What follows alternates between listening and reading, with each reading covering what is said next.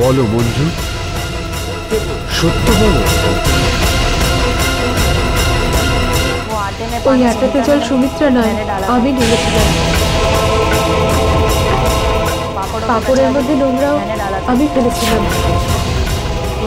দুধও আমি ফেলেছিলাম। এরপরও প্রদীপ নিচে ফেলে তোমার বাড়িতে আগুন আমি লাগিয়েছিলাম।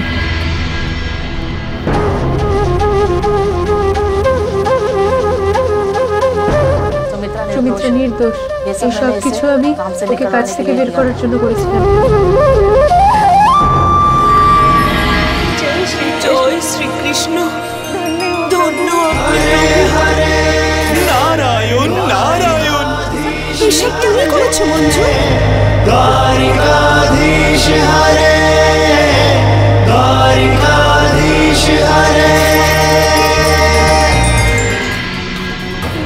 আমি কি করেছি? আমি তো তোমাকে সাহায্য করতে এসেছিলাম। দরজা বন্ধ ছিল, সেজন্য আমি জানলা দিয়ে চলে এসেছি।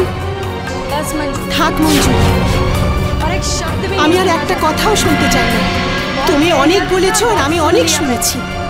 আমি তো এটা ভাবতেই পারছি না যে তুমি এই অসহায় আর অন্ধ মানুষটাকে কাজ থেকে বের করে দেওয়ার জন্য এত নিচে নামতে পারো।